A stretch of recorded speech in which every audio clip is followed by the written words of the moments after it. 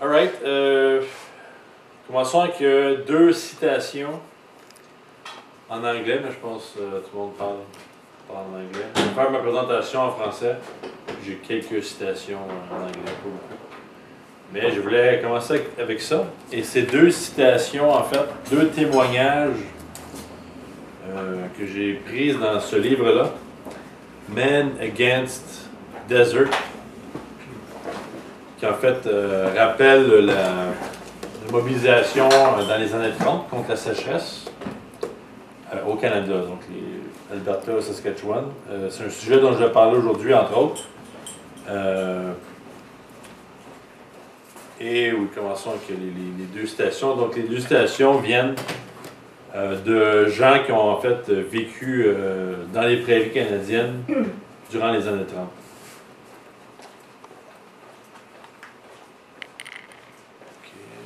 Et il a fait une sécheresse à ce moment? Il y avait les fameuses... la sécheresse des années 30, où vraiment c'était le chaos total. Donc eux, ils discutent, il y a deux témoignages là-dessus sur un peu en fait comment la vie était à ce moment-là.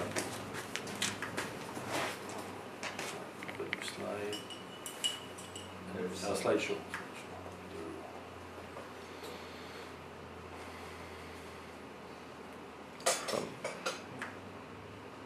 Ok, est-ce que quelqu'un veut lire David? I was teaching school at the Cold Creek Colony, southwest of Rockglen, and used to hitch rides into Moose Jaw to see my folks. It was as common in those days to get caught in still drifts on the highway as it was to be caught in snow drifts. The Mounties used to say that they were busier gathering up people who had been driven insane by the Depression than in chasing crooks. There was one occasion when I was getting a ride back to school from Moose Jaw, and we were stopped by the Mounties. They were searching for a farmer who had disappeared. His section-and-a-half farm had once been excellent land, but it had grown no crop in 5 years. The day before the Mounties stopped us, people going past had noticed this man driving his binder up and down a field in which nothing but stunted Russian thistle was growing. He had stopped and shouted to one of them, "Look at this for a stand of wheat. If it will go a bushel, it'll go 50 bushels to the acre. Best crop I ever saw." The Mounties had come to take him away, but he was nowhere to be found. His wife hadn't seen him since the day before when he had gone to the barn after breakfast. Dame Cameron, Man Against Desert. My brothers farmed near Brycrest, Saskatchewan, and for 9 years they never sold a bushel of wheat. One year it came up, not too bad. My nephew was running the binder while his father worked around the place. He saw a black cloud coming up in the west and started to shiver, but the boy could get the binder and horses back to the barn a half-mile away. The storm had hit, and not one blade of wheat was left standing. My brother cursed the earth, the heavens, and all that was there in that day. My mother loved pansies, and she started a few plants in a tin can in March. Then she set them out in a little round flower bed about the end of May. She watered them faithfully every night from a well about 10 blocks away. They were in full lovely bloom, and we thought sometimes they were the only things that were keeping her sane. When the grasshoppers struck, she covered the few in the middle with an upturned stovepipe. Brr, by golly. But by golly, they dug under it, and by morning there wasn't a shred of pansies left. Huh. She took one look at them and threw her apron up over her face and cried. She said, "I'll never try again." She never did. Ok, désolé de commencer comme ça, mais je voulais dans ma présentation adresser la question de l'espoir. On en a parlé récemment à travers la pièce Prométhée enchaîné, où Prométhée, dans la pièce, est celui qui donne le feu à l'homme, donne la science, l'écriture, connaître les saisons, etc. Mais aussi il donne des espoirs aveugles, je me dis. Et au début, tu ne sais pas trop quoi faire avec ça. OK, c'est une bonne chose. Le sport aveugle. Ça serait pas une forme de mensonge contre l'espèce humaine de faire ça. Et en fait, la question qu'on pose, que je vais poser dans ma présentation, c'est qu'est-ce qui fait en fait que l'être humain avance à travers les générations? Parce qu'évidemment, on pourrait dire aujourd'hui, OK, les années 30, la sécheresse des années 30, c'est fini, on n'a plus vraiment cette situation-là, on y a remédié. D'une certaine manière, c'est vrai, mais pas vraiment non plus.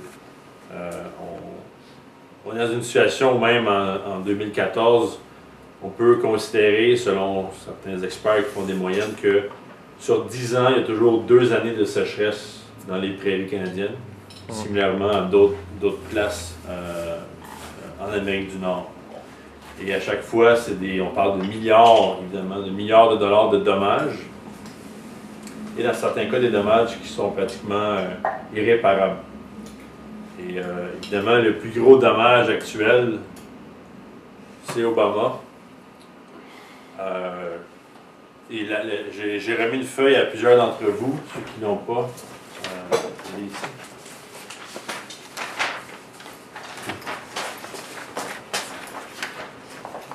C'est le texte J'accuse de Lyndon LaRouche qui est sorti récemment. Qui était, je crois que c'est la base de la publicité là, qui est aussi dans plusieurs magazines, dont le Washington Times. Et en fait, LaRouche remet sur la table la nécessité de destituer Obama, vu son narcissisme et sa folie non passagère. Et aussi ses différentes déclarations récemment concernant l'Ukraine et concernant aussi un décret présidentiel signé le 6 mars, dans lequel, si quelqu'un peut lire, peut-être Pascal. Oui. Obama dans son décret présidentiel du 6 mars 2014.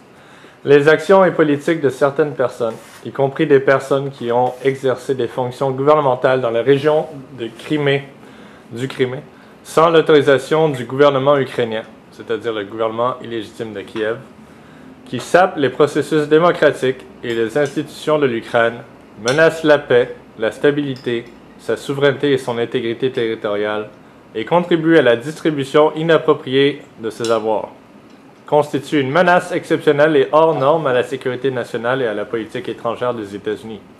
Et avec ce décret, je déclare un état d'urgence national pour faire face à cette menace. OK, donc c'est une déclaration. En fait, plusieurs personnes dans les médias ont parlé d'un acte très, très insensé, parce que c'est en train un peu, en fait, de lancer de la boue au visage de Vladimir Poutine, en disant, écoute, là, tu vas avoir des sanctions économiques, là, place-toi sinon ça va aller mal. Évidemment, Poutine, c'est pas un libéral, là. C'est pas un baby boomer sur le pot.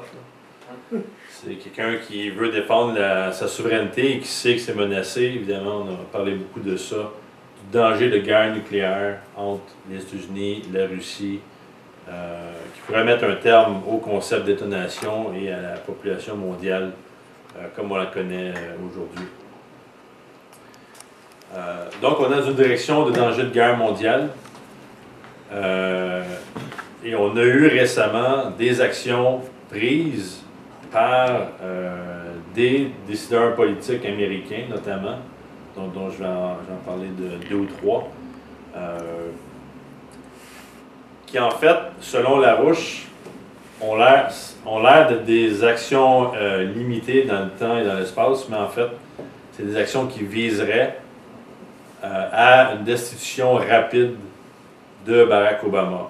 Et quand on parle rapide, on parle en fait de... on pourrait même parler de quelques jours, selon Francis Boyle, qui est un avocat constitutionnel aussi dans le droit international, qui nous a donné une entrevue récemment et dans le passé aussi, sur en fait la possibilité, sans même avoir de grands débats dans le Congrès, tu peux destituer Obama en l'espace de quelques jours grâce à certaines choses qu'il a faites, notamment le programme de drones pour l'assassinat de citoyens américains, aussi la guerre en Libye, une guerre illégitime en Libye. Et il y avait un autre point aussi. Des points qui sont indiscutables. Il y a d'autres points qui s'ajoutent à ça, comme par exemple ce qui se passe maintenant avec l'Ukraine. Il y a des gens qui disent, ben, telle déclaration, c'est un acte qui pourrait amener une destitution parce que c'est un acte qui est insensé. Un président qui agit comme ça, t'es président, t'es pas dans un carré de sable avec tes petits amis. Tu es en train de décider de l'avenir de l'espèce humaine. C'est quasiment une déclaration de guerre, mais justement, Obama, c'est pas lui qui est censé déclarer la guerre. C'est le Congrès. C'est un réflexe de joueur de jeux vidéo. Tu presses les boutons, puis... Même si t'exploses, c'est pas grave, tu recommences la partie. OK, donc la première chose, si je regarde les... Ça, c'était... Ah, ça fait un deuxième. OK. Donc le premier événement, c'était la sénatrice... je pense qu'on dit le sénateur Dianne. Le sénateur américain Dianne Feinstein, qui avait déclaré récemment que, en fait, la CIA avait été prise à effacer des documents confidentiels durant pas une séance, mais dans le comité de renseignement du Sénat américain. Et Dianne Feinstein, qui était à la tête de ce comité-là, dit en fait que le CIA a effacé des documents, et des documents très importants qui auraient à voir avec les actes passés par des décideurs américains concernant la torture et différents actes de barbarie du genre. On se rappelle la prison Guantanamo Bay, dans laquelle on avait démontré que des gens comme Dick Cheney, en fait, étaient des gens qui supportaient les pratiques de torture. Et que là, en fait, il y aurait des documents qui auraient été cachés.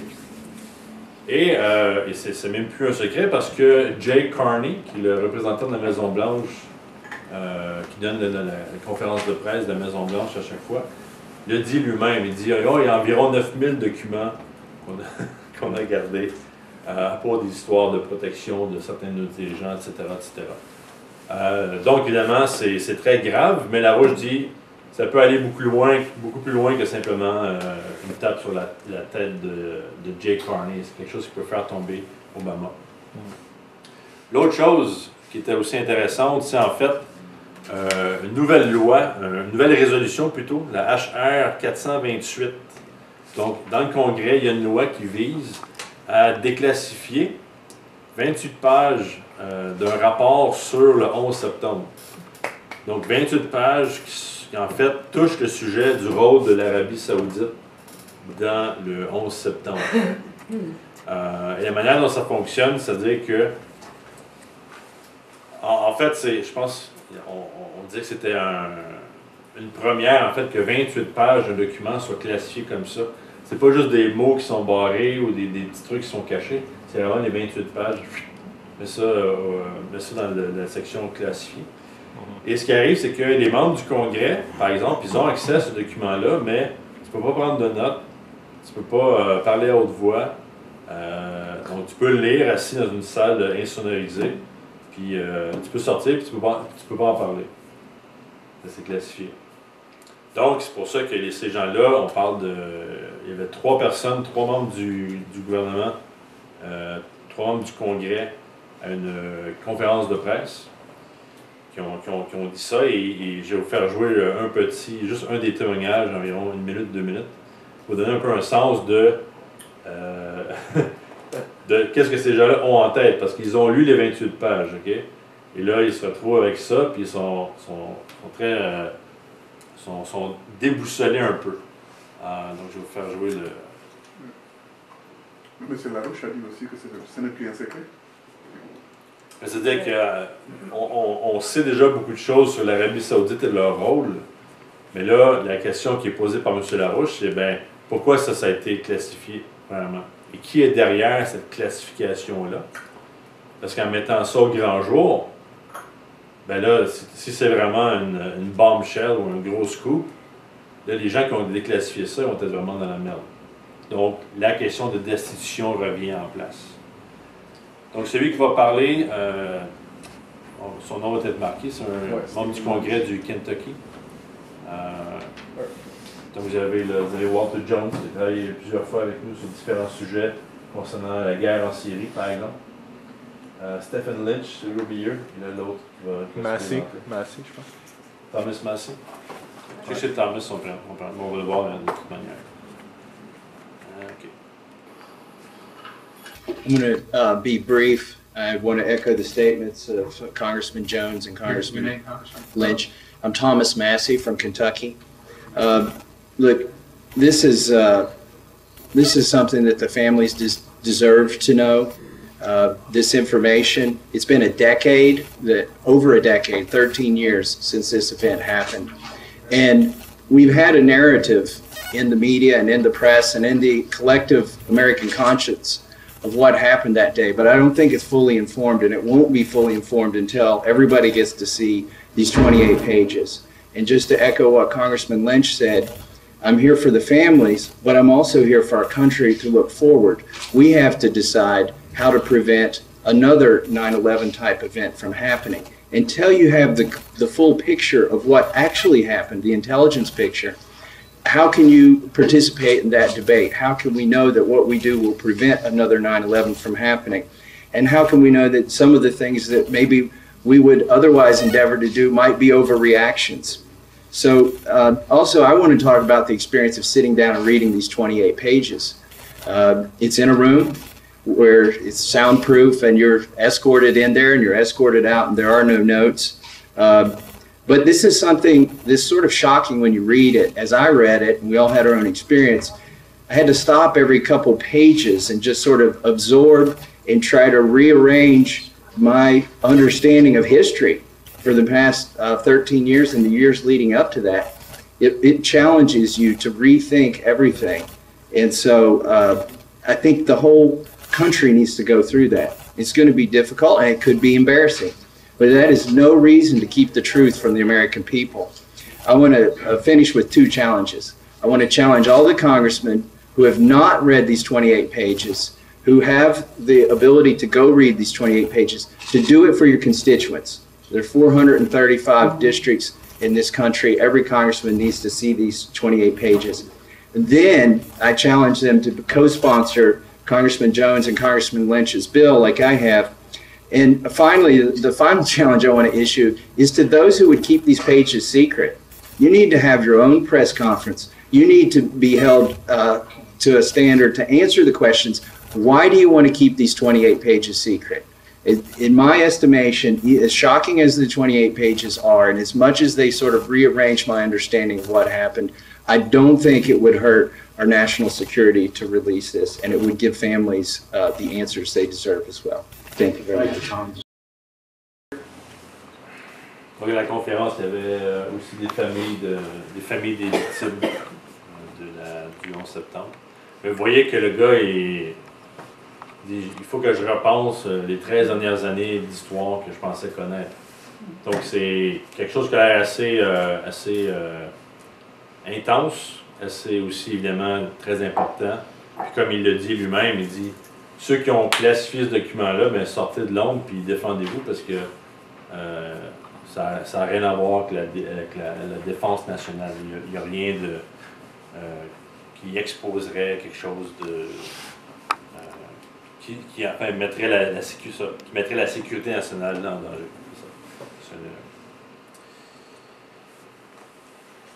But even when he talks to the public, you cannot reveal what he...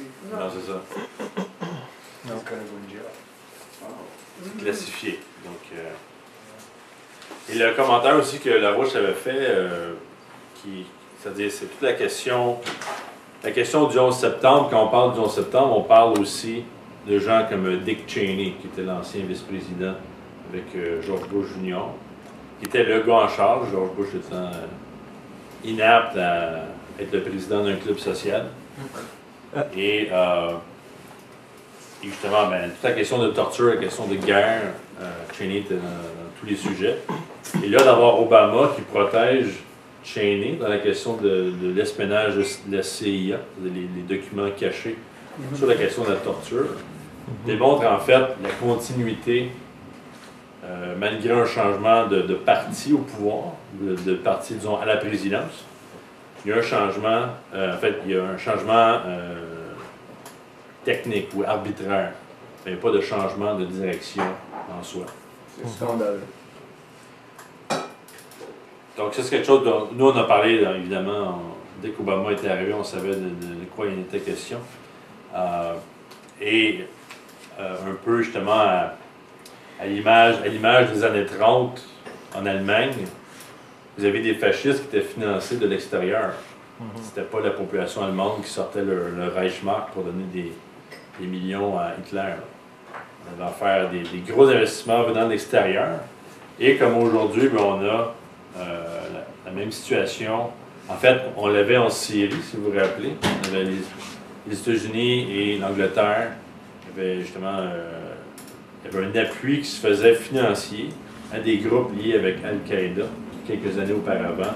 C'était un groupe qui était l'ennemi, qui était l'image de l'ennemi même.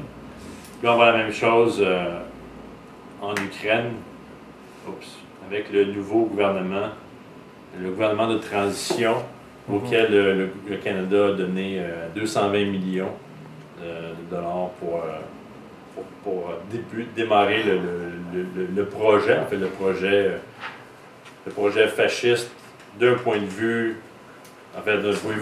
idéologie nazie, puis d'une idéologie financière qui est surnommée les ultra-libéraux par beaucoup de gens. Et que le nouveau gouvernement, en fait, le gouvernement ukrainien actuel qui est en Russie, a déjà fait des déclarations de là et parle justement de ce danger fasciste. Et on voit que, en fait, les nouveaux postes, les postes qui sont comblés par les nouveaux dirigeants, certains des postes très importants sont donnés à des gens qui sont prêts à tout couper dans le budget pour faire rentrer l'Ukraine dans l'Union européenne. Puis aussi la question des néo-nazis, c'est-à-dire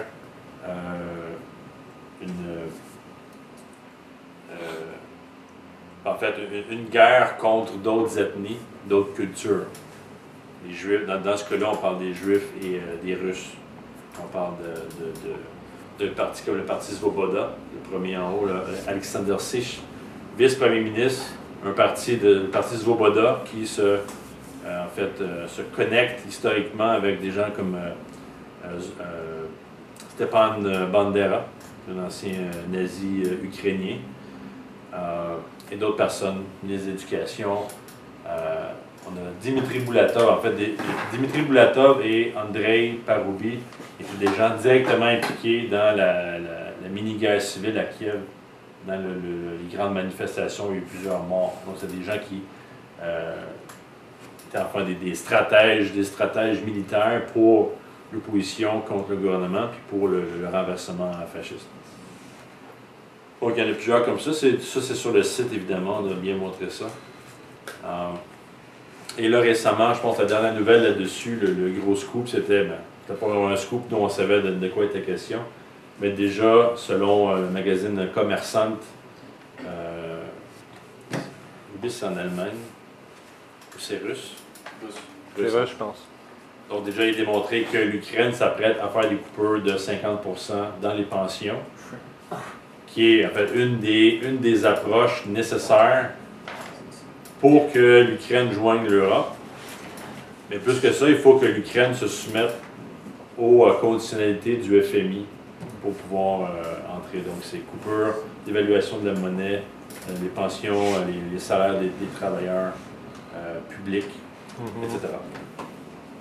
Donc, c'était visible à voir et les Russes ont vu ça aussi. Les Russes voient le travail fait par les Occidentaux depuis au moins 2011, c'est-à-dire qu'on parle de danger de guerre nucléaire visant la Russie. C'est vraiment crasse, juste pour dire ça, mais c'est vraiment crasse la part de gens comme notre ministre des Affaires étrangères, là, John Baird, d'aller là-bas puis de prêcher la démocratie puis la liberté pour tous les Ukrainiens, puis qu'en échange de 220 millions dont on parle, là, que le Canada va donner. C'est pas vraiment un don, c'est parce que ça, c'est inséré dans les conditions du FMI. Tu sais. C'est vraiment. En tout cas, j'ai pas de mots. Ouais, Donc, donc c'est ça, c'est-à-dire, ça c'est la situation au niveau de l'Ukraine. Donc, évidemment, on va voir ce qu'il faut faire, mais comme le dit Larouche, vous allez voir dans le papier que je vous ai laissé, il y a suffisamment de documents pour destituer Obama. Maintenant, c'est une question de courage et d'être capable d'avoir en tête, non pas simplement qui va remplacer Obama, est-ce que lui va faire une bonne job. C'est pas ça la question. La question, Joe Biden arrive, c'est le vice-président, légalement, c'est lui qui arrive, ok, c'est clair. Il est moins fou, parfait, mais c'est la question de politique. Est-ce qu'on a une politique qui va arrêter un danger de guerre, qui va, en fait, l'opposé de la guerre, c'est le développement économique.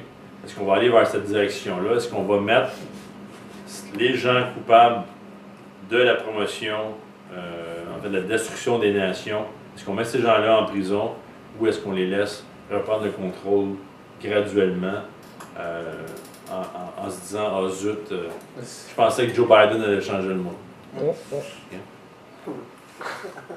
OK, donc dans le but de discuter justement de ce changement-là, puis de la question sur laquelle je vais revenir, de la question de l'espoir. On a parlé récemment dans notre mouvement, puis évidemment c'est partout aux États-Unis, la grave sécheresse qui frappe la Californie et comme vous voyez un peu les États du sud aux États-Unis, un peu aussi le nord-est du Mexique.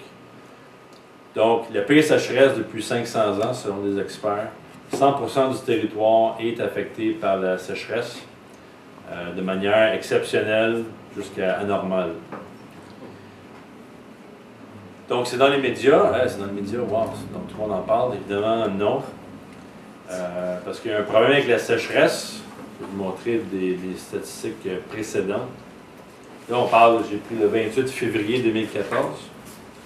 Donc, vous voyez là, la Californie est frappée durement. Il y a un peu le centre-sud. Centre-sud des États-Unis, mais si on recule d'un mois, donc excusez-moi, on recule d'une année. Là, vous voyez la sécheresse dans le centre, très dur aux États-Unis. Ça, c'est 2013. Donc, on avait 2014, 2013, 2012, la Floride, ça frappait dur. Là, je recule 2009. Là, vous voyez au Canada. En fait, 2009 était la fin d'une des plus graves sécheresses au Canada.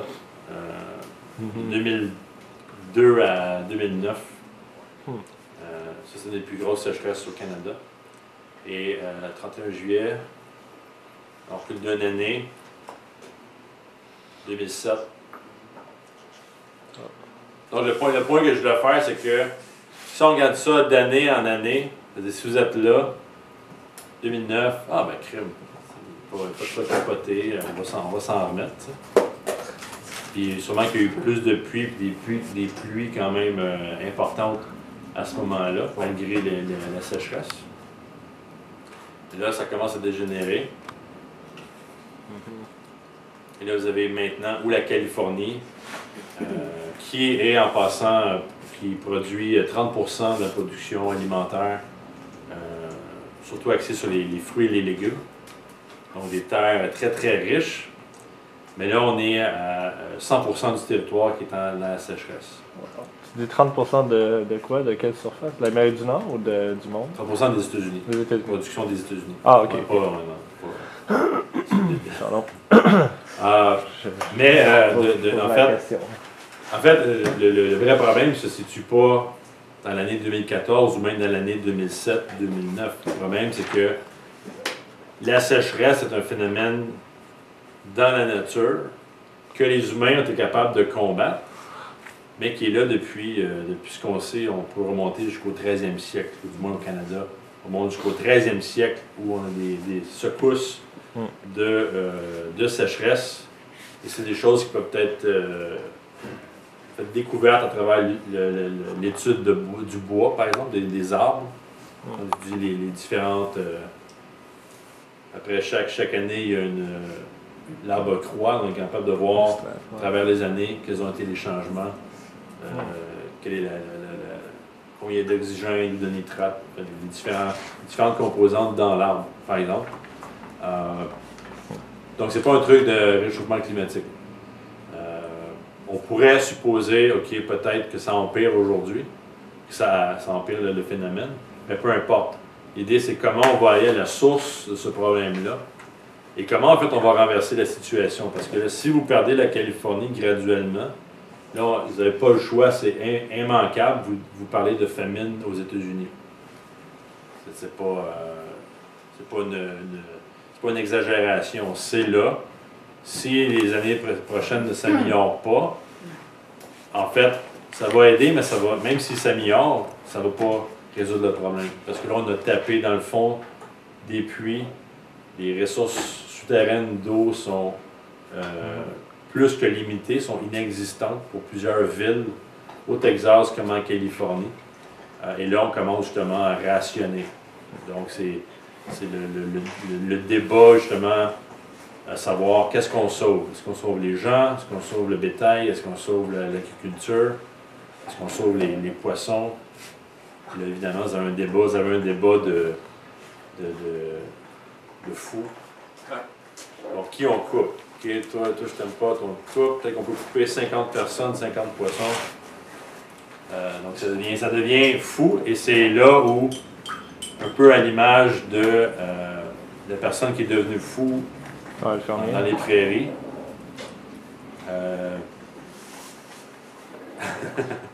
Donc là, les situations peuvent rendre les gens fous. Quand on regarde la politique, je pense que c'est un des meilleurs exemples, où souvent les discours sont tellement ridicules, mais on est dans une situation, justement, si on ne renverse pas le courant, on va frapper un mur physique, donc on va perdre une capacité de production alimentaire hyper importante, et on va justement rater, en fait, un tournant qu'on doit prendre en tant que société.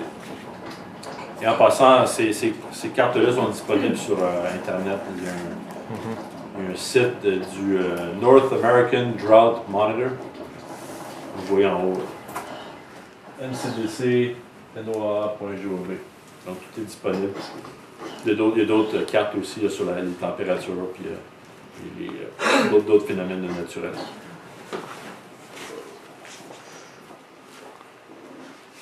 Donc, ce que je dois faire pour mettre, en fait, la crise californienne en contexte, c'est de regarder, en fait, comme j'ai pu voir dans ce livre-là, Men Against the Desert, dont j'ai parlé au début. En fait, les années 30 étaient une des pires catastrophes naturelles pour l'Amérique du Nord. La région que je vous montre là, ça s'appelle le triangle Palliser. P-A-L-L-I-S-E-R, donné au nom de l'explorateur Palliser, qui lui avait dit dans les années 1890, il avait dit, perdez pas votre temps avec ça, il n'y a rien à faire, c'est juste du sable, laissez tomber l'agriculture dans cette région-là. Et bien évidemment, il avait dit ça, pourquoi? Parce que quand lui était allé, c'était sèche pas à peu près. Donc il arrive là, puis il n'y a rien, il n'y a pas d'arbres, il n'y a pas de plantes, il n'y a rien à faire ici. Évidemment, c'est une assez grosse déclaration à faire parce que quand il se met à pleuvoir, c'est la végétation qui sort de tout partout. Donc, c'est des terres très très riches, comme vous voyez. Bon, on peut dire rapidement là, que plus la terre est foncée, meilleurs les minéraux sont dans cette terre-là. Et en fait, dans les années 30, le très grave problème était un problème d'érosion, c'est-à-dire que vos terres très riches disparaissaient à travers le vent, les tempêtes, parce qu'il n'y avait plus de gazon, le gazon était trop sec. Et en fait, quand vous aviez du gazon, le problème c'était que le sable, le sol des autres endroits qui étaient sèches, s'en venait sur votre terrain et détruisait votre récolte. Donc il n'y avait aucun moyen de s'isoler de la crise. Je vais vous montrer, j'ai 2-3 photos, mais là vous avez, ça c'est pas juste du sable qui se promène lentement, c'est en fait une tempête qui amène le sol, et dans le cas là on parle d'un sol hyper fertile. Donc, c'est pas le sable de la plage. là. C'est ça qu'ils appelaient les sand drifts. I suppose. Par exemple, après une. Ça, c'est des sandstorms. Sandstorm, ouais. Sand dust, c'est genre quand. Souvent, tu arrivais, si tu te promenais sur la rue avec ta voiture, comme en hiver, tu avais des grands bancs de neige, puis l'été, tu avais des bancs de sable. Mais ça peut vraiment enterrer tout un village, non? Bien, que Vancouver, là, t'en montrer un plus gros. Wow. Ça, c'est la ville de Phoenix en 2011. En Arizona. Ouais, en Arizona. Durban. Donc, vous voyez en bas à gauche les bâtiments. Wow. Et là évidemment, on parle de millions de tonnes de sol.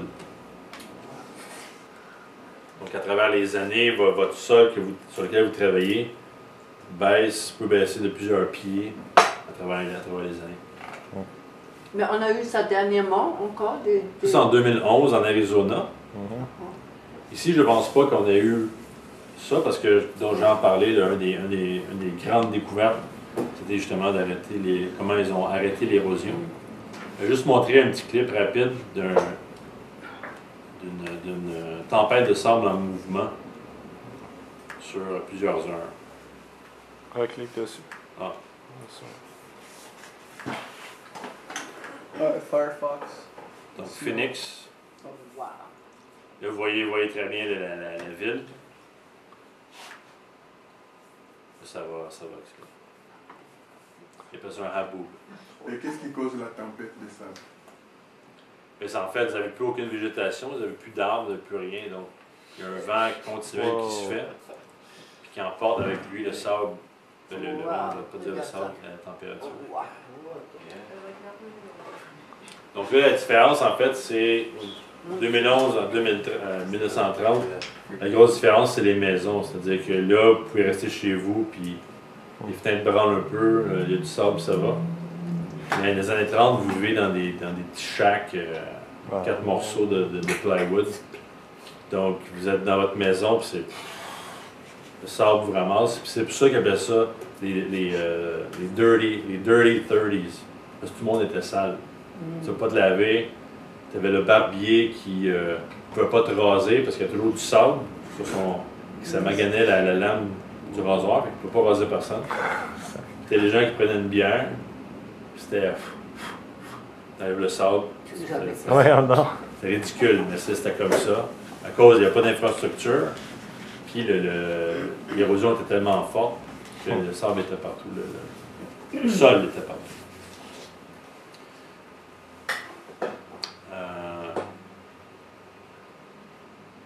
Donc, c'est ça. C'est-à-dire que dans les années 30, on a eu.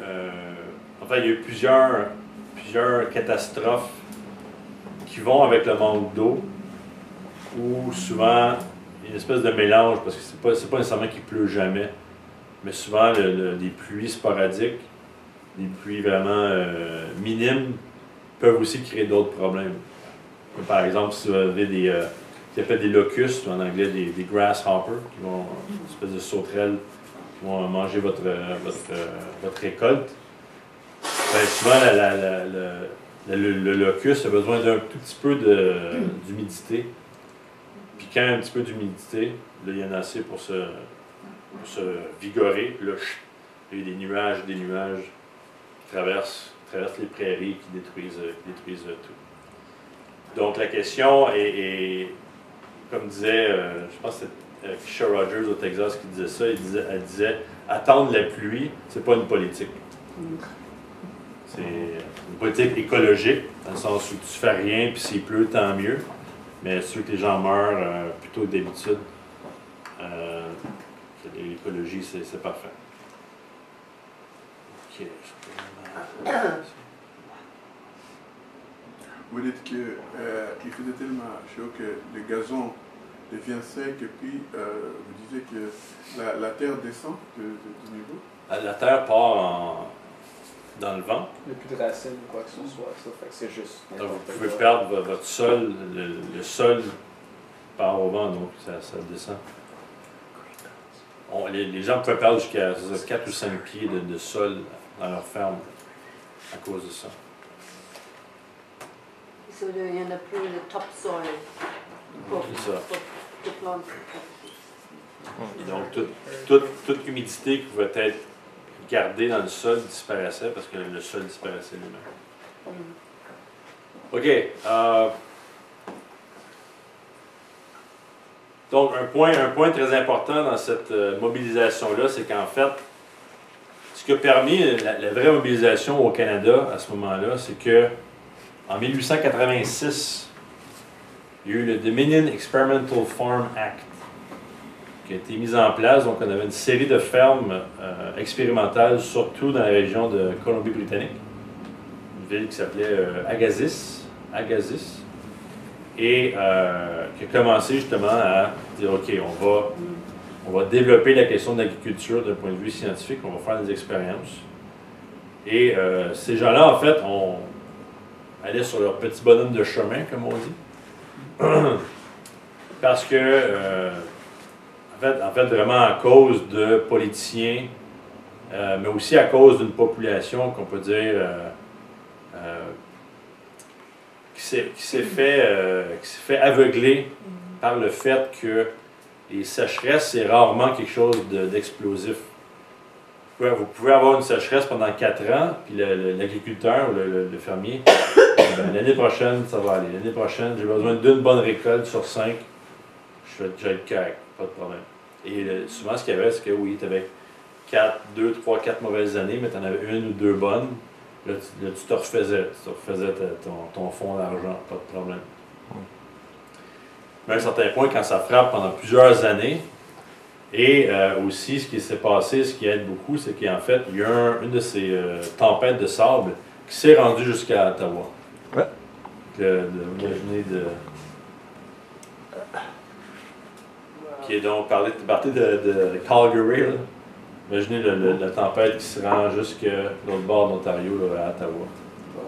Là, évidemment, il y avait des centaines de millions de tonnes de sable. Il a dit, OK, mais peut-être qu'il faudrait faire quelque chose. Peut-être que ça vaut la peine. Donc, ce qui a été lancé au début, bien évidemment, c'était rien de... En fait, c'était un peu comme une guerre, je dirais, parce que, vous voyez, la deuxième chose ici, le Prairie Farm Rehabilitation Act, 1935. Là, vous aviez une somme allouée, finalement. On parle environ de 1 million de dollars par année sur 5 ans pour dire, OK, il faut faire quelque chose. C'est pas juste qu'on perd notre sol, mais comme vous avez vu au début, vous avez une population qui frôle la folie, qui est dans la pauvreté la plus abjecte. Et qui, justement, perd espoir. À un moment donné, puis le gouvernement a dû faire à ça beaucoup, c'est que les gens voulaient s'en aller de là. Donc, il y a eu plusieurs vagues d'immigration, soit d'immigration simplement au nord, au sud, essayer de chercher des endroits, en fait, des villes industrielles pour trouver un emploi. Mais l'idée d'être agriculteur était impossible. Puis ce qui a causé encore plus de problèmes quand on a essayé de combattre l'érosion, parce que, imaginez, là, vous dites, OK, on va s'occuper de l'érosion. Là, vous avez tous ces territoires-là qui appartiennent à quelqu'un, mais cette personne-là est partie, on ne sait pas où. Là, vous avez un autre type de territoire qui appartient à une autre personne. Vous avez un territoire qui est bon pour le blé, mais qui n'est pas bon pour autre chose. Vous avez un territoire qui est pas bon pour le blé, qui est bon pour le pâturage, par exemple. Donc, c'est un énorme cafouillage et c'était un énorme problème logistique pendant plusieurs années, à savoir comment est-ce qu'on peut vraiment avoir une approche totale du tout. Parce que sinon, les gens du PFRA, on va appeler, en fait, ce qui s'est passé, c'est que les gens du Dominion Experimental Farm se sont retrouvés à être sur le terrain. Ils sont allés sur le terrain voir les agriculteurs, faire des expériences, faire des meetings, puis aussi briser les fausses idées que les agriculteurs avaient concernant l'agriculture. Parce que c'est toujours le fun, si vous avez une terre riche, si vous avez de la pluie, vous n'avez pas 36 choses à vous demander, vous ramassez ça et c'est à peu près tout. Et quand il y a un problème, en fait, quand on voit que quand il y a un problème, là, on se rend compte qu'on ne sait pas de quoi on parle. Donc, plusieurs des ingénieurs du PFRA ont dû briser les fausses actions des agriculteurs eux-mêmes, qui disaient mon père a toujours fait ça, mon grand-père a toujours fait ça comme ça, pourquoi je changerais? Ben, je vais te montrer pourquoi il faut changer. Et c'était leur job de reconfirmer toute la production, que ce soit de combattre l'érosion, les animaux, donc le bétail, les vaches laitières, puis évidemment contrer les invasions d'insectes, de rongeurs, puis aussi évidemment les maladies. Donc les maladies qui pouvaient appeler ça la rouille. Donc de bloquer tout ça. Pour vous donner une idée, l'exemple le plus important, j'ai pas eu le temps de rien faire de très visuel, mais je vais vous en parler parce que j'en ai parlé à la Fondation de la Fèvre le 4 ans de ça. Mais c'est en fait comment ils ont arrêté l'érosion. Je pense que le point clé. Aussi le point clé à mettre dans le visage d'un écologiste un peu trop gun-ho. Parce que imaginez, vous êtes dans les prairies et l'herbe indigène de la place est juste pas assez forte pour survivre l'hiver ou survivre l'été. L'herbe meurt, donc si l'herbe meurt, le sol part avec. Et c'est là où il y a des gens qui ont eu certaines idées justement de dire, écoutez, allons regarder dans les autres pays, qu'est-ce qu'ils utilisent exactement. Et c'est là où, en Sibérie, en fait, il y a ce qui s'appelait le crown wheat grass, qui était un herbe, en fait, une herbe, on va dire, tough, qui était capable de survivre à la Sibérie. Et c'est des scientifiques canadiens et américains, dont un qui s'appelle Lawrence Kirk, très important parce que c'est lui qui a fait les expérimentations, justement, faire différents mélanges pour essayer de voir quelle herbe il pouvait justement développer avec le crown wheat grass. Et en fait, au début, c'était difficile parce que c'était une herbe qui n'avait pas besoin d'aide. Donc, si vous créiez des conditions trop bonnes pour l'herbe mourrait. Mais si vous créez des conditions difficiles, l'herbe, elle poussait, puis là, elle était active. Et ça a pris, évidemment, on parle de quelques années afin de trouver vraiment un type de crown wheat grass, de développer, plutôt que de trouver, mais de développer un type de cette herbe-là, qui en fait vraiment répondait aux appels de la plupart des gens. Et ça, pour moi, c'est toujours un bon exemple, parce que là, tu viens d'introduire quelque chose d'un autre pays qui fait mieux que l'herbe indigène qui était là depuis. Et ça, c'est vraiment une belle démonstration de... en fait, c'est une démonstration de gens qui ne sont pas laissés limiter par le peu de moyens qu'il y avait, parce qu'il n'y avait vraiment pas de moyens. Apparemment, de gens, je vais parler un peu plus de ça tantôt, mais vous n'aviez pas affaire à quelque chose de très, très militaire. C'était vraiment cacophonique. Les gars, ils avaient leurs autos, ils se promenaient, ils essayaient de coucher chez quelqu'un. Ils donnaient plein de présentations à des fermiers qui, justement, les fermiers, après certaines découvertes, seulement après que certaines découvertes aient été faites, ils étaient prêts à écouter le scientifique, parce qu'au début, ils disaient, mais tu vas pas me dire quoi faire, c'est moi l'agriculteur. Donc, tu es là, mais il faut sauver les prairies. Donc, il y a beaucoup de ces problèmes-là. Et quand cet homme-là est entré, là, on a commencé à avoir un break un peu plus important. Mais malgré ça, les années 30 sont reconnues, c'était chaotique à tous les niveaux, que ce soit l'érosion ou les insectes, ou la grêle aussi. C'est un gros phénomène.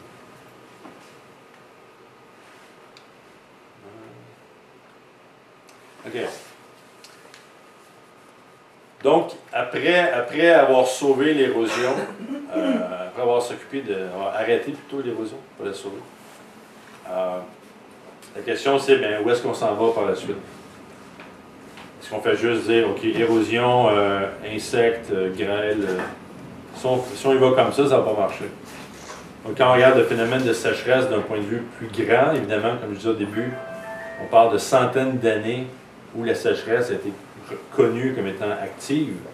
Donc, on ne parle pas de CO2, on ne parle pas de changement climatique.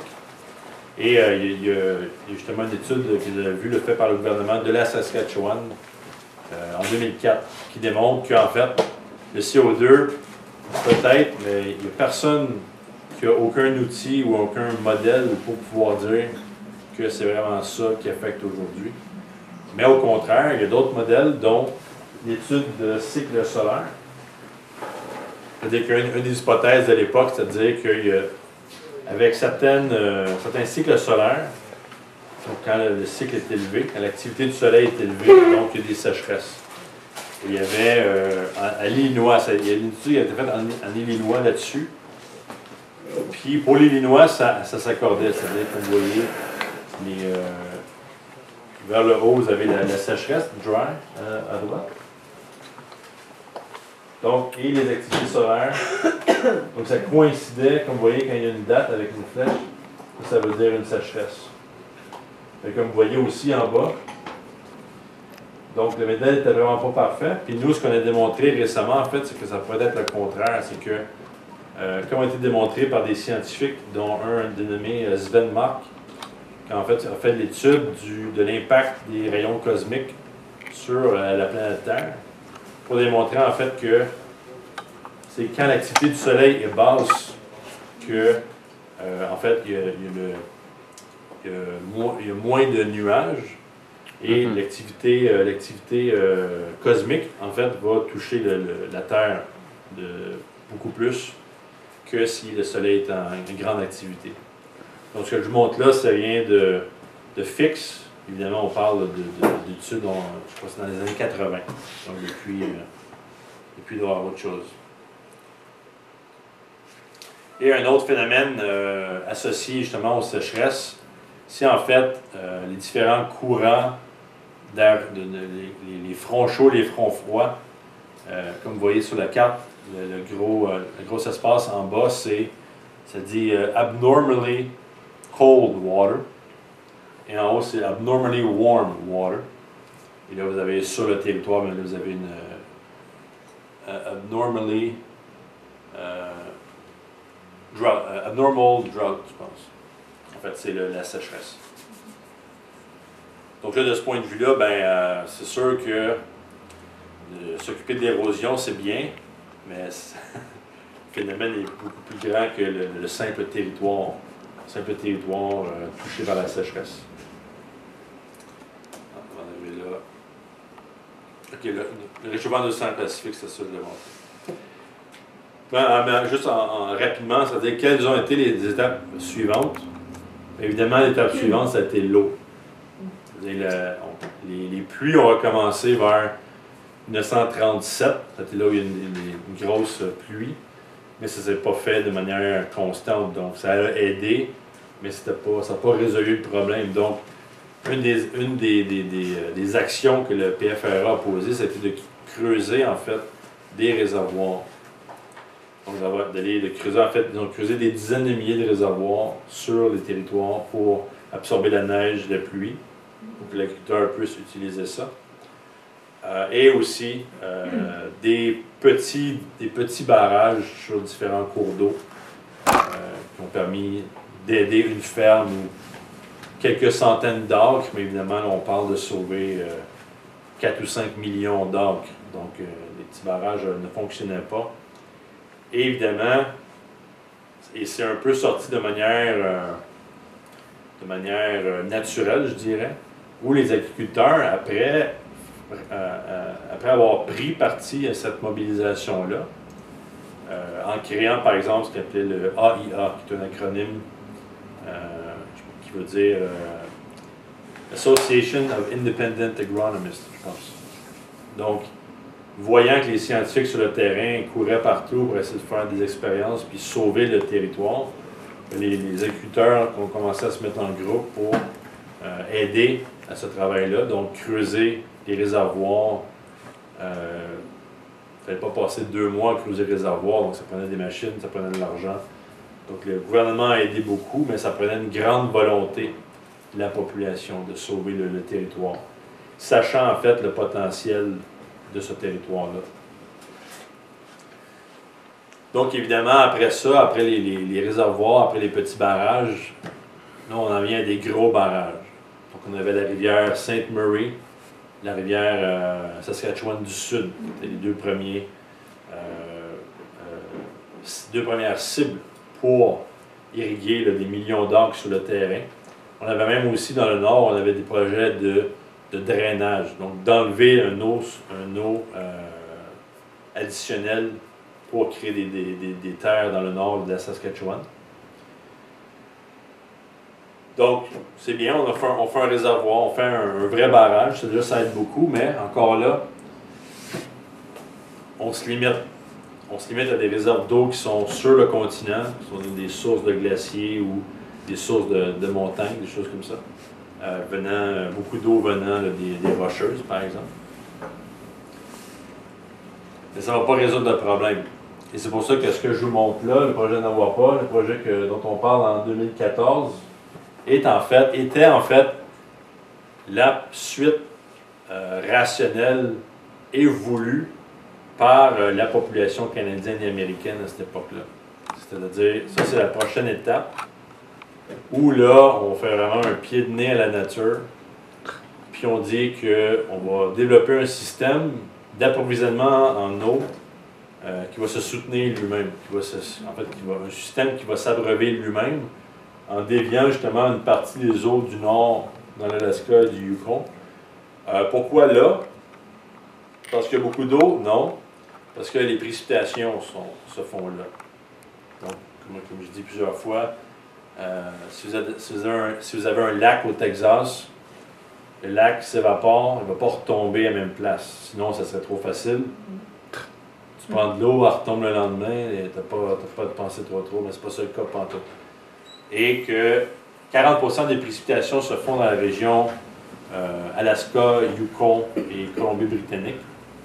Vous voyez les grandes flèches bleues, c'est des cours, c'est en anglais le runoff, donc la perte d'eau dans différents secteurs nord-américains. Donc la création de réservoirs, des réservoirs immenses évidemment, on parle de ramener 20% de cette eau de précipitation. Je pense que c'est un bon terme à utiliser, un eau de précipitation. Comme ça on sait que c'est pas juste un lac qu'on siphonne.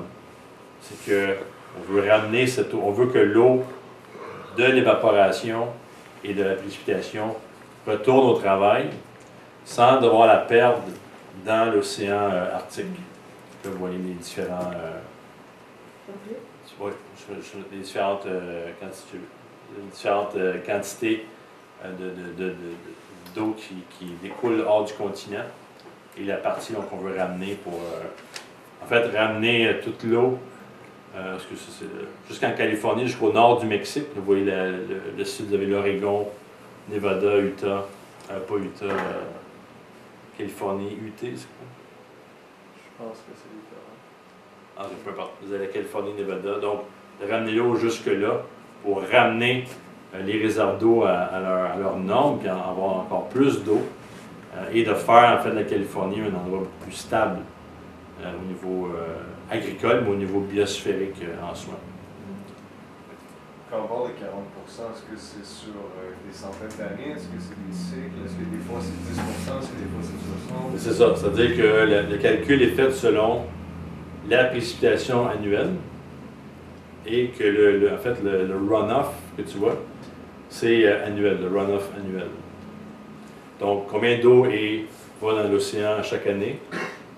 Donc, le but du projet vise à prendre un 20% de ça pour, comme tu vas créer des réservoirs, mais que les réservoirs puissent fournir, selon les besoins évidemment, mais comme tu peux t'en douter, avant que l'eau de l'Alaska arrive en Californie, ça prend quelque chose comme 8-10 ans. Je sais pas si c'est long. Donc, c'est d'amener cette eau-là rapidement. Aussi, je vais montrer là, dans les prairies canadiennes, il y a un peu le même phénomène qui se fait. Donc, c'est ça. C'est ça, je pense, le point qui fait que Nawapa, c'est la suite logique. C'est qu'on ne peut pas juste prendre une source finie. On dit on va la siphonner jusqu'à ce que, quand tu es dans les années 40, de l'agriculture à un certain niveau, tu regardes une ressource d'eau, wow, j'en ai pour 400 ans, tu sais, mais les techniques changent. Donc, plus d'eau, plus de production, plus de gens, c'est correct. Mais de te limiter à un lac ou même une rivière, ou même une grosse rivière, démontre un manque un manque de vision. Mais moi, ce que je voulais vous dire, en fait, avec la mobilisation des années 30, c'est que l'esprit s'en allait vers ça. Les gens ont connu la misère, ils ont réussi à combattre. Ils disent, mais quelle est la prochaine étape? Quelle est la prochaine étape? C'est toujours une prochaine étape. Tu n'arrêtes pas. Et tu transformes les choses. Donc là, je vous montre là, la section dans les prairies. On parle d'un 17 plus 33. Donc vous avez 33 millions d'acres-pieds d'eau. On parle d'environ 20 millions, je crois que c'est 20 millions de mètres cubes d'eau par année, plus le 17 de la rivière Fraser, qui se lie à la rivière Peace, pour là passer à travers le triangle Palliser. Et qu'est-ce qui suit par ça? Ben, il faut reboiser. On parle de centaines de millions d'arbres. On parle aussi évidemment d'irrigation. Donc de passer à l'étape supérieure. Et je pense que c'est une bonne idée de garder en tête aussi l'aspect que la question, c'est pourquoi ça n'a pas été fait dans les années 50 ou 60. Et évidemment, c'est... Irrigation, ça veut dire création des canaux? Ben, que, par exemple, s'il y a une sécheresse, ben, vous avez accès à un eau qui va être répartie sur votre territoire à travers différentes machines ou des sprinklers, des choses comme ça. Donc, vous avez un eau disponible en cas de sécheresse. Pour arroser. Ah, pour arroser. Voilà. Okay. Tu sais que des fois, tu passes dans les gens, ils ont les balayeurs d'eau, là. C'est ça, en fait. C'est juste d'avoir un eau disponible pour que, s'il n'y a pas de pluie, bien là, on fait marcher l'irrigation, donc on amène l'eau, tout dépendamment. Parce qu'évidemment, à l'époque, ça prenait des walkie-talkies et tout ça. On a besoin de combien d'eau? Ouais, t'habites où? OK. Plein de calculs. Mais le but, c'est de garder un système le plus fonctionnel possible. Puis qu'en fait, même si on n'arrête pas le phénomène de sécheresse lui-même, qui vient soit du soleil ou d'ailleurs, on ne sait pas exactement, on peut faire comme si de rien n'était, ou presque. On passe par-dessus ce stade-là. Puis comme je vous disais, là, c'est pas... le Canada n'est pas isolé, on a beaucoup d'eau, mais c'est une eau qui est très très mal répartie.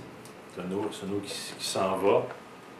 Et si vous étiez en Égypte, par exemple, vous voyez ça, ben vous diriez, ben non, il faut la ramener l'eau, il faut irriguer, on a un désert, on a des bonnes terres, il faut les irriguer. Quand on est en avion et on regarde le Canada comme ça, c'est des marécages et des marécages, des marécages. Surtout quand vous êtes vers... Ben vous avez les prairies où il manque de l'eau. Puis par exemple au Québec, il y a trop d'eau. Il y a des inondations, il y a des bonnes terres qui sont inondées. Il y a justement un surplus d'eau, pendant que par exemple les grands lacs, les niveaux baissent. Donc il y a des projets pour amener l'eau. On parle de 2% de l'eau qui s'en va vers pas la baie James, ou la baie James. Donc il y a une perte d'eau au Québec qui se fait dans la baie James, de l'eau douce. Donc il y a des projets pour prendre 2% de l'eau qui s'en va dans la baie James, pour en fait aider les grands lacs, aider pour l'industrie, aider pour les terres aussi, les terres agricoles. Puis ce 2%-là, ça équivaut à la consommation annuelle de 150 millions de personnes. Donc c'est énorme. Là. Donc c'est pour ça qu'il faut concevoir le tout, pas d'une manière, d'une manière nationaliste bouchée, c'est notre eau, c'est de l'eau canadienne.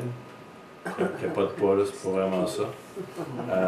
Ou de dire, non, si on fait quelque chose, ça va changer autre chose, ça vaut mieux rien faire. Je m'excuse.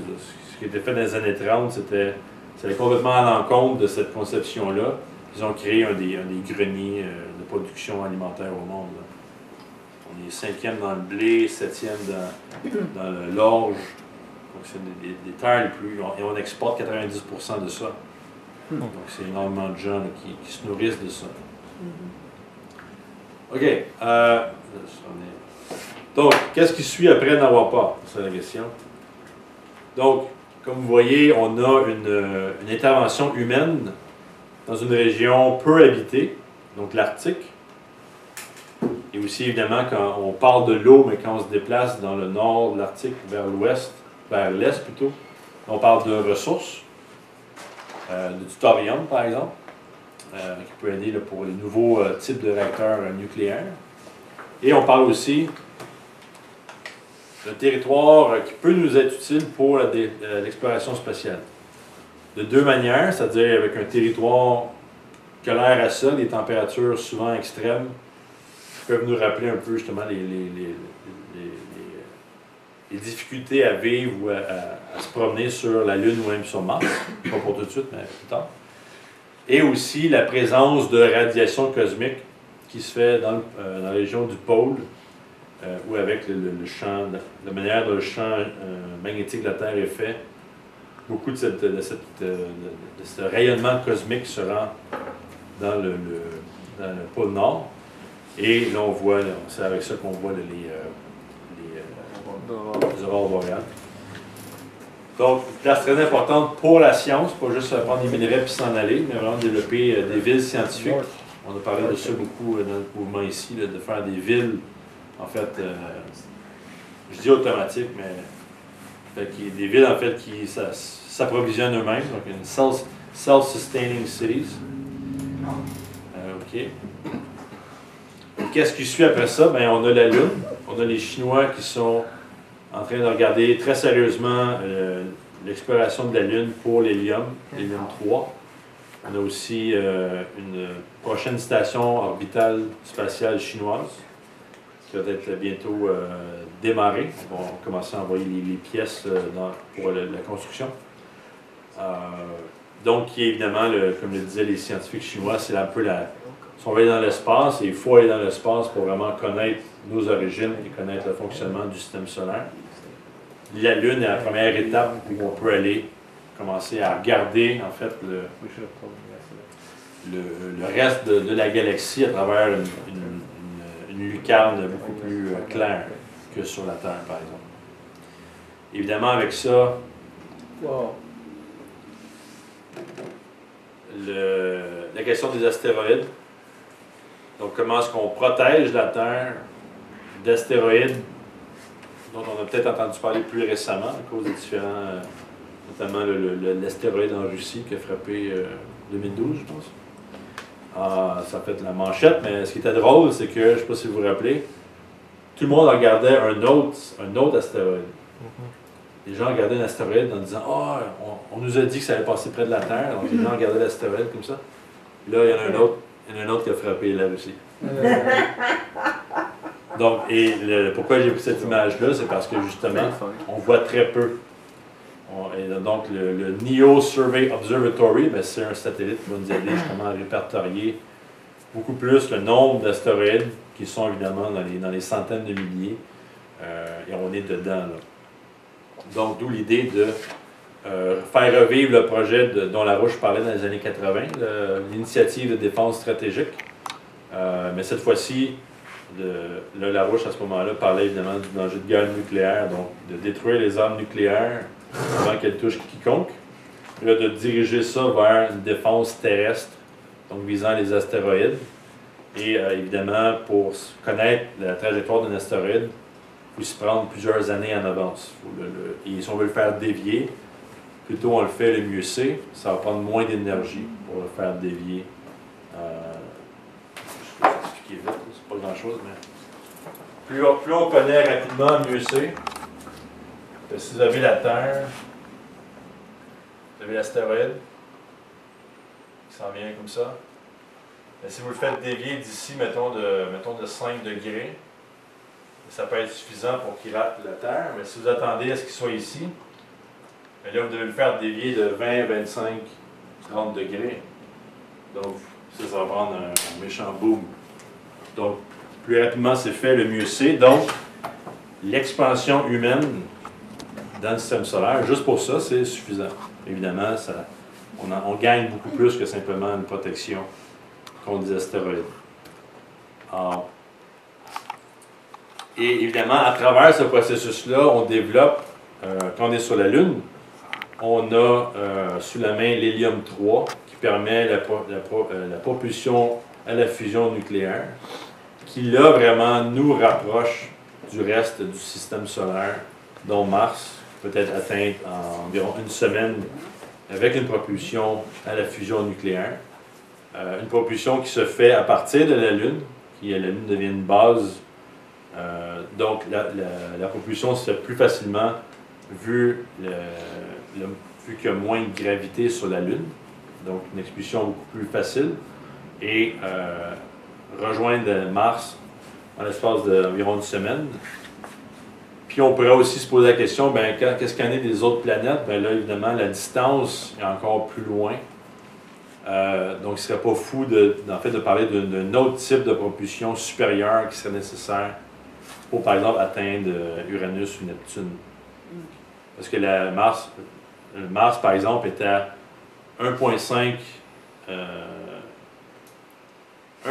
unités astronomiques du Soleil. 1,5. Puis la Terre est à 1 unité astronomique. Donc, c'est pas tellement loin de Mars. Mais là, quand on parle de Neptune ou Uranus, on parle de 20-30 unités astronomiques. Donc, c'est très gros. Donc, évidemment, quelque chose de plus fort serait nécessaire. Et quand vous êtes sur Mars, ce que de bien, c'est que là, vous pouvez aussi, dans le concept de terraformation, vous pouvez utiliser le principe NAWAPA. Parce que ce qu'on avait démontré il y a quelques années, c'est qu'en fait, la superficie martienne correspond à peu près aux déserts qui sont sur la Terre. Donc le nord de l'Afrique, le centre de l'Eurasie et l'ouest nord-américain. Donc avec le NAWAPA en tête, vous pouvez arriver là. Et en fait, tout dépendamment de ce qu'on y découvre aussi, on n'est pas encore rendu là. On a quelques idées sur le champ magnétique et sur la présence de vie, etc., mais c'est très limité. Et donc, là, on pourrait penser à une planète qu'on pourrait faire habitable. Mais là, évidemment, on n'est pas là. On parle de plusieurs siècles de développement. Nous voulons prendre les eaux et puis les amener dans le désert. Oui.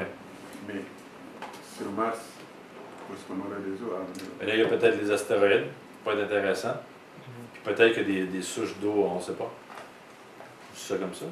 Un optimisme. Non, je ne pense pas qu'on amène de l'eau directement d'une autre manière, parce que ça coûterait cher en déplacement.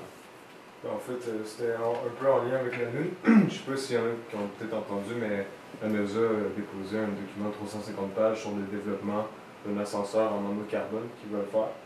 Ce serait l'ascenseur d'environ un diamètre d'1 mètre, fait de nanocarbone qui irait jusque dans la stratosphère, donc plusieurs centaines de kilomètres de hauteur. Puis on pourrait installer des cargos dessus, puis les monter. Tu pourrais peut-être faire monter un cargo pour environ 500 $, qu'estime, qui serait vraiment plus cheap que 30 000 $ pour envoyer des morceaux avec des fusées qui consomment plus la préparation d'un mois. Là, ça pourrait vraiment être des rotations non-stop. Donc, pour l'exploitation de l'hélium-3, ça serait vraiment quelque chose qui serait envisagé. Ben, tu parles du nanocarbone comme propulsion? Non, comme matériel? Comme structure, c'est vraiment une des structures les plus solides. C'est un métamatériau, dans le fond, qu'on a créé du carbone, qu'on a dévié. C'est tellement solide que tu n'as vraiment pas besoin de beaucoup de surface, que tu peux seulement avoir un diamètre de 1 mètre. Ça pourrait accélérer une centaine de kilomètres de hauteur. Et c'est un projet qui est vraiment, que la NASA travaille beaucoup dessus actuellement, de le développer. Ils disent que pour 2035, on pourrait avoir la première tour. Ah ouais? C'est bon. C'est souvent comme ça. Ben, c'est qu'il faut, justement, on en revient à la... En fait, qu'est-ce qui arrive quand justement les gens perdent espoir? Est-ce qu'ils regardent ces choses-là? On a pris l'exemple au début de la dame qui perd sa fleur. L'exemple peut-être un peu enfant, mais quand même, la fille elle vit dans des conditions absurdes de pauvreté. Elle perd espoir. Et heureusement, dans les années 30, les fermiers, plusieurs ont regagné cet espoir-là. C'est facile, tu perds tout 5 ans sur 5. Tu ne peux pas t'attendre à grand-chose. Et je pense que quand on élabore un peu la trajectoire que j'ai donnée, qui évidemment, M. Larouche et nos associés parlent de ça depuis très, très longtemps. Mais il faut avoir un certain espoir. Avoir un espoir que les choses peuvent aller mieux et qu'on peut arrêter les pires choses, que ce soit une guerre nucléaire ou une sécheresse. Que souvent, ça prend des mobilisations incroyables. Dans le sens où c'est l'esprit humain qui se mobilise, non pas parce qu'il va y avoir quelque chose, un gain rapide. Vous voyez, les prairies canadiennes, on a commencé en 1935, grosse mobilisation. Puis il fallu attendre jusqu'à dans les années 45 environ pour dire, OK, on a peut-être sauvé la situation. Il n'y avait aucun gain rapide. C'était vraiment une question d'espoir qu'avec ces gars-là, avec ces nouvelles découvertes-là, on peut faire quelque chose de mieux.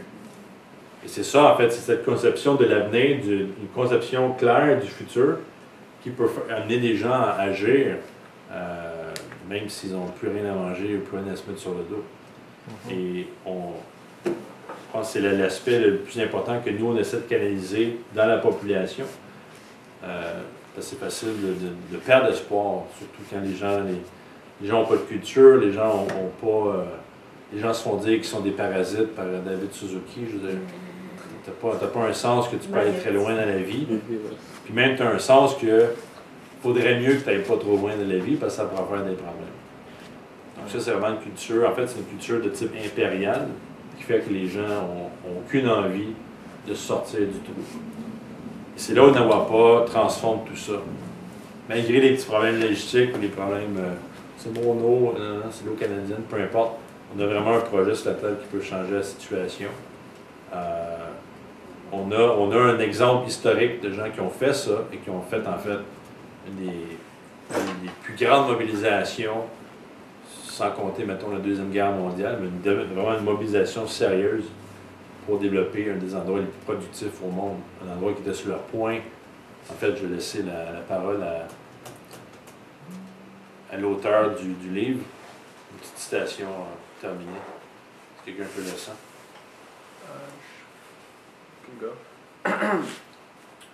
In terms of money spent and projects completed, the accomplishments of the PFRA are impressive.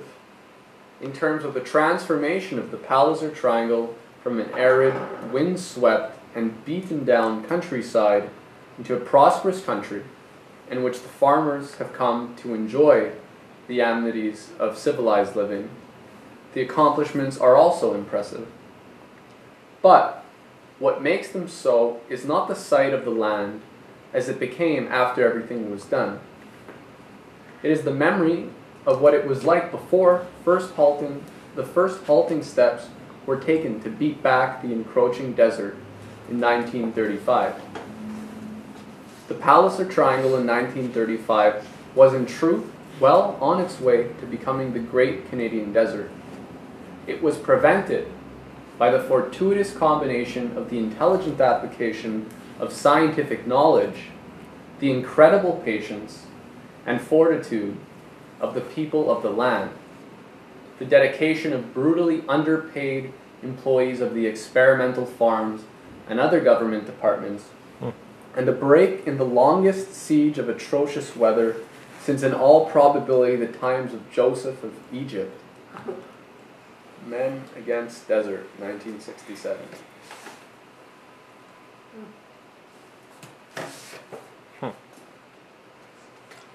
C'est tout.